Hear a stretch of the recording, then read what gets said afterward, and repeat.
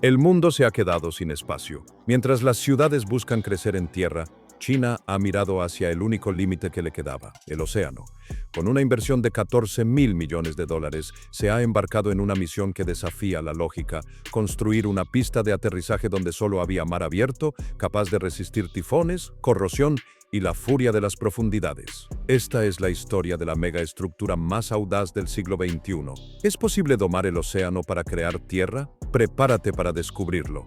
El mapa de lo invisible, sondeando el caos submarino. Todo gran proyecto de ingeniería comienza con un plano, con la certeza de saber sobre qué se va a construir. Pero, ¿qué sucede cuando el terreno no existe y el lugar donde debe erigirse la obra es un abismo de agua salada y oscuridad perpetua? El primer y más formidable enemigo del aeropuerto flotante no fue el océano en sí, sino la ceguera. Bajo la aparente monotonía de las olas de la bahía, el lecho marino es un paisaje de caos geológico. No es una llanura firme, sino un laberinto traicionero compuesto por capas de lodo blando y movedizo, cavidades erosionadas por corrientes ancestrales y bolsas de sedimentos tan inestables como arenas movedizas.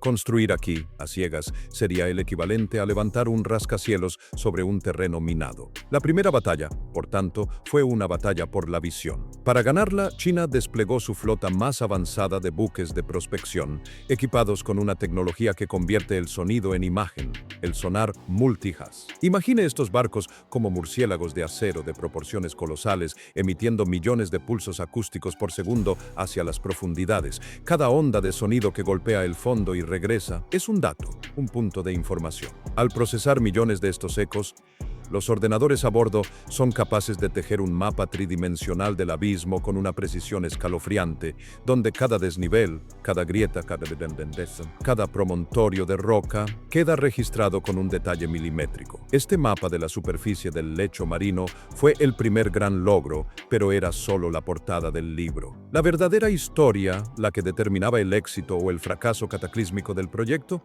estaba escrita en las páginas ocultas, en las capas inferiores, y para leerla fue necesaria una operación de una escala y meticulosidad casi inimaginable, la perforación de más de 20.000 sondeos de reconocimiento. Cada uno de estos sondeos era un viaje vertical de cientos de metros a través de la historia geológica del lugar. Grandes perforadoras instaladas en plataformas extraían columnas continuas de suelo, sacando a la luz muestras que narraban épocas de sedimentación, de presión, de composición. El objetivo crucial era localizar y cartografiar las bolsas de lodo licuable, un peligro letal. Estas bolsas, de consistencia similar a un gel, podrían comportarse como un líquido bajo la inmensa presión estática de una pista de aterrizaje y los impactos dinámicos de los aviones. El monstruo mecánico, la draga Tian-Kun y el arco iris de arena. Con el territorio hostil finalmente cartografiado y comprendido, llegó el momento de la acción más audaz: crear la Tierra. La pregunta era monumental: ¿de dónde obtener los miles de millones de metros cúbicos de material necesario para rellenar una porción de océano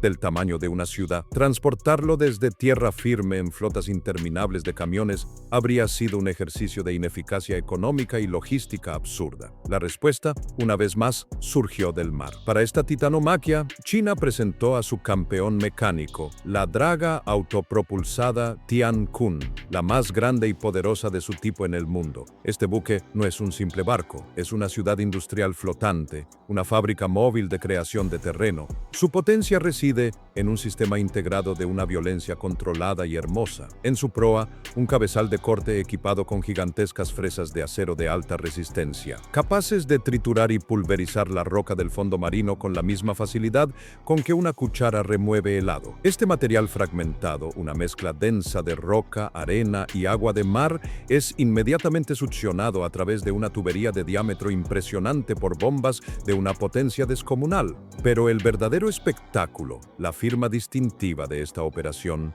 ocurre en la expulsión. A través de un cañón hidráulico montado en un brazo articulado, la draga lanza este fluido terrestre a gran distancia. Esta técnica, conocida como arco iris de arena, ofrece una de las imágenes más surrealistas de la ingeniería moderna. Vista desde lejos, la Tian-Kun parece estar pintando el cielo con un arco iris sólido y continuo, un puente multicolor de tierra y agua que se extiende cientos de metros antes de caer sobre la zona de relleno. La belleza, sin embargo, oculta un cálculo científico de extrema precisión. Lanzar la mezcla desde esa altura y distancia no es un capricho. Durante la trayectoria en el aire, los granos de arena y partículas de roca, impulsados por la gravedad y el viento, se reordenan y seleccionan naturalmente. Los granos más finos tienden a desplazarse más lejos, mientras que los más pesados caen antes. Este proceso, combinado con la energía del impacto contra la superficie del agua o el material ya depositado, genera una compactación preliminar y una distribución homogénea que sería imposible de lograr simplemente vertiendo el material desde un pontón.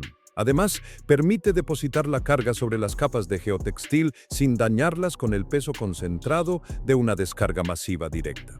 La capacidad de la Tianqun es tan colosal que puede crear en una sola jornada de trabajo una superficie emergida equivalente a varios campos de fútbol profesionales. Cimentar sobre gelatina, el sándwich geotécnico. Sin embargo, crear una isla es solo el primer acto. Mantenerla firme en medio de un océano que ejerce una presión constante y busca reclamar lo que le pertenece es el desafío eterno. Verter montañas de arena sobre un lecho marino de lodo blando es una receta para el desastre. Sería como intentar construir un castillo sobre un plato de gelatina. Con el tiempo, la propia carga hundiría la arena en el fango, generando un caos de mezcla y asentamientos impredecibles que destruiría cualquier estructura. Para evitar este destino, los ingenieros recurrieron a un principio genialmente simple en su concepto, pero monumental en su ejecución: el sándwich geotécnico. La primera capa de este sándwich, en contacto directo con el lodo marino, es un material milagroso de la ingeniería civil moderna,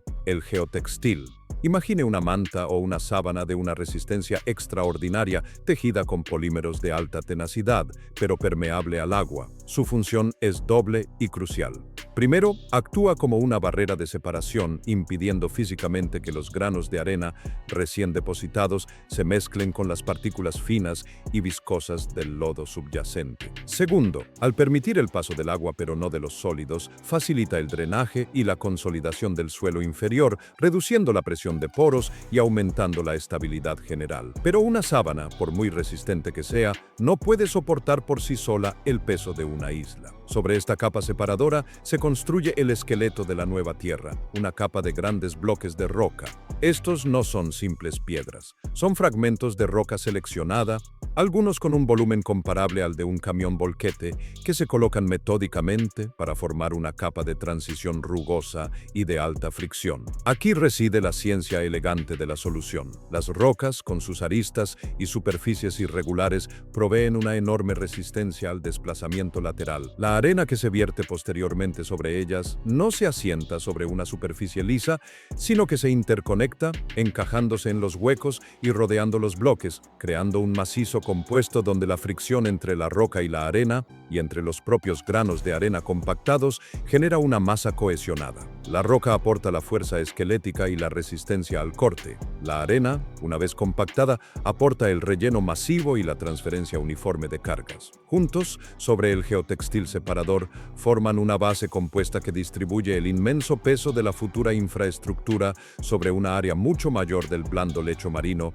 reduciendo la presión sobre este hasta niveles que puede soportar. Endurecer la arena, la batalla de la compactación vibratoria. Con la isla formada y su esqueleto de roca y geotextil en su lugar, se había logrado un hito. Existía tierra firme donde antes solo había agua, pero firme es un término relativo. Esta tierra recién nacida, a pesar de su volumen imponente, era en esencia una masa granulada suelta, un inmenso montón de arena y grava saturado de agua de mar y atrapando burbujas de aire en sus incontables poros. Su resistencia era engañosa. Podría soportar el peso de una persona, incluso de un vehículo pesado, pero bajo la carga concentrada y dinámica de un avión comercial de largo alcance, que puede pesar fácilmente más de 300 toneladas al aterrizar, este terreno se comportaría como arena de playa mojada.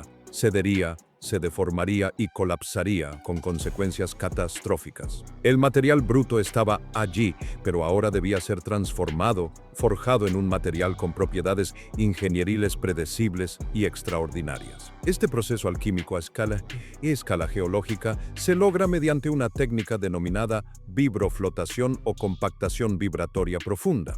La armadura viva, los muros rompeolas inteligentes. Con la isla consolidada y firme, el nuevo territorio se enfrentaba enfrentaba a su primer enemigo externo declarado, la furia irreductible del océano abierto. Un aeropuerto en tal ubicación no es una estructura estática, es un fortín asediado permanentemente por un ejército de agua, viento y sal.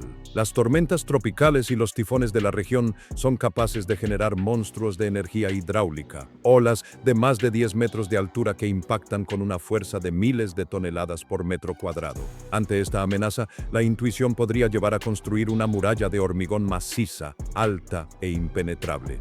Pero en ingeniería costera, la intuición del muro rígido es una receta para el fracaso a largo plazo. Un dique vertical presenta una superficie plana contra la que las olas chocan con toda su fuerza cinética. Esa energía no desaparece, se refleja, generando turbulencias destructivas a sus pies que socavan la base o se transforma en una presión inmensa que repetición tras repetición termina por encontrar y explotar el punto débil en la estructura. La solución, brillante en su concepción, no vino de la rigidez, sino de la disipación inteligente, de la rendición controlada. Esta solución tiene una forma concreta y extraña, el tetrápodo. No son simples bloques de hormigón, son esculturas de ingeniería hidrodinámica, masas de varias toneladas con forma de estrella de 4 brazos, como gigantescos dados de la naturaleza. Su genialidad radica en su geometría caótica. Cuando una ola poderosa se estrella contra un muro compuesto por miles de estos tetrápodos apilados, no encuentra una superficie contra la que descargar su golpe. En su lugar, la masa de agua es inmediatamente fragmentada, dividida y canalizada a la fuerza entre los intrincados huecos y canales que forman los brazos entrelazados de las piezas. Dentro de este laberinto de hormigón, las corrientes de agua, ahora divididas, se ven obligadas a chocar entre sí desde múltiples direcciones. Este choque interno anula de manera drástica la energía cinética de la ola, transformando una fuerza de impacto coherente y demoledora en un remolino de espuma y burbujas relativamente inofensivo que finalmente se filtra y drena. La guerra secreta, combatiendo el cáncer de la sal. Mientras los tetrápodos libran la guerra visible contra las olas, una batalla mucho más sigilosa, lenta pero igualmente letal, se libra a escala microscópica en cada poro, en cada grieta, en cada barra de acero embebida en el hormigón. El enemigo es ubicuo e implacable, la sal marina. En el ambiente marino, las partículas de sal no son solo un condimento, son un agente corrosivo de una eficacia devastadora. Transportadas por el viento en la bruma marina o disueltas en el agua que salpica, estas partículas penetran en las microfisuras inevitables del hormigón, por muy denso que éste sea. Una vez en el interior, encuentran su presa, las armaduras de acero que proporcionan la resistencia a la tracción a las estructuras. Al contacto con el acero y en presencia de humedad y oxígeno, la sal inicia y acelera exponencialmente el proceso electroquímico de la oxidación. La herrumbre que se forma no es un problema estético, es un cáncer estructural. La pista que piensa, asfalto elástico y sensores nerviosos. Sobre esta isla fortificada y protegida de sus enemigos externos e internos, se alza el elemento central, la razón de ser de toda la empresa, la pista de aterrizaje. Pero esta no es una pista cualquiera, construida sobre un terreno que, a pesar de toda la compactación, experimenta un asentamiento residual minúsculo pero continuo durante sus primeros años de vida. La pista no puede ser una losa rígida. Un pavimento convencional se agrietaría ante los infinitesimales movimientos diferenciales del suelo, generando irregularidades peligrosas para los aviones que aterrizan a altas velocidades. La solución es un material que combine la resistencia con una capacidad de deformación controlada, el asfalto modificado con polímeros. Este asfalto de alta tecnología incorpora polímeros elastoméricos en su mezcla, lo que le confiere unas propiedades elásticas excepcionales. Puede flexionarse ligeramente, absorber tensiones y recuperar su forma sin sufrir fisuras, adaptándose a los pequeños movimientos de la isla como si fuera una piel flexible sobre un organismo vivo. Sin embargo, el verdadero salto hacia lo futurista no está solo en la superficie, sino en lo que yace bajo ella y en cómo se coloca. La pavimentación de esta pista es un ejercicio de precisión extrema. Las máquinas pavimentadoras son guiadas por sistemas de navegación por satélite de última generación, combinados con láseres de referencia que aseguran que el perfil longitudinal y transversal de la pista de 4 kilómetros de longitud tenga una planitud casi perfecta, con tolerancias que no superan los 3 milímetros en cualquier punto. Pero la ingeniería no se detiene en la construcción, se extiende a la monitorización perpetua. Incrustada dentro de las capas del pavimento, se despliega una densa red de sensores de fibra óptica.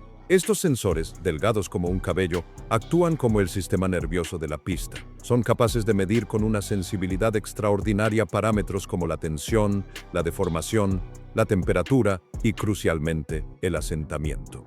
El aeropuerto Arrecife, reconciliación con el ecosistema. La construcción de una megaestructura de este calibre en medio del mar representa, inevitablemente, una intrusión masiva en un ecosistema delicado y complejo. El dragado, el vertido de sedimentos, la alteración de las corrientes y la simple presencia física de la isla podrían tener efectos devastadores en la vida marina circundante, asfixiar arrecifes de coral, destruir praderas submarinas y ahuyentar poblaciones de peces. China, tras haber aprendido lecciones dolorosas con proyectos anteriores que tuvieron que ser suspendidos por su impacto ambiental, incorporó en este aeropuerto una filosofía de construcción verde que buscaba no solo minimizar el daño, sino generar un beneficio ecológico. La primera línea de defensa durante la obra fue el despliegue de vastas cortinas antisedimentos. Estas son unas barreras flotantes con faldones que se hunden varios metros bajo la superficie, formando un cerco temporal alrededor de las zonas de trabajo más activas. Su función es contener las plumas de sedimento en suspensión generadas por el dragado y el relleno, impidiendo que se dispersen y cubran los ecosistemas sensibles de los alrededores. Pero la medida más innovadora y visionaria está integrada en la propia infraestructura permanente. Los ingenieros rediseñaron conceptualmente los rompeolas de tetrápodos. En lugar de ser meros bloques de defensa, se concibieron también como hábitats artificiales. Las superficies de los tetrápodos se texturizaron de manera específica para favorecer la adhesión de larvas de organismos marinos. Se crearon cavidades y oquedades de distintos tamaños entre las piezas durante su colocación, simulando los refugios naturales de un arrecife rocoso.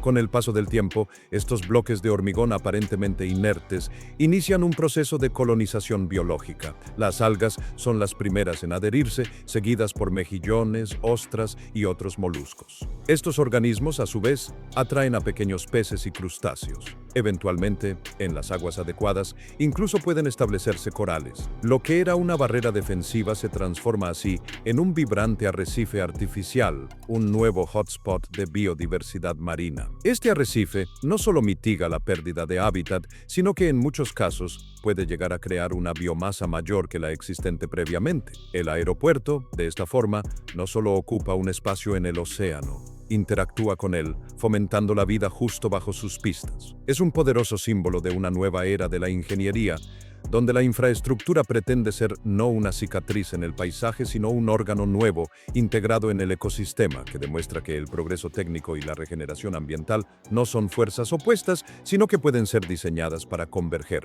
El faro en la tormenta, terminal, torre y sistemas de guiado con la isla protegida, la pista inteligente colocada y el ecosistema reconciliado. El aeropuerto necesita su cerebro y su corazón operativos, la terminal de pasajeros y la torre de control. Sin embargo, construir estas estructuras elevadas en mar abierto presenta un desafío único y constante: el viento. Alejada de cualquier obstáculo terrestre que frene su velocidad, la isla está expuesta a vientos huracanados que pueden superar los 200 km/h durante los tifones. Una estructura convencional sufriría presiones dinámicas enormes que pondrían en riesgo su integridad y la comodidad en su interior. La respuesta de la arquitectura fue inspirada por la biomimética. La terminal del aeropuerto, por ejemplo, fue diseñada con una forma orgánica que evoca la silueta de una mantarraya en pleno vuelo. Esta forma ondulante y aerodinámica no es un capricho estético, es un cálculo hidrodinámico aplicado al aire. La curvatura del techo permite que los vientos de alta velocidad,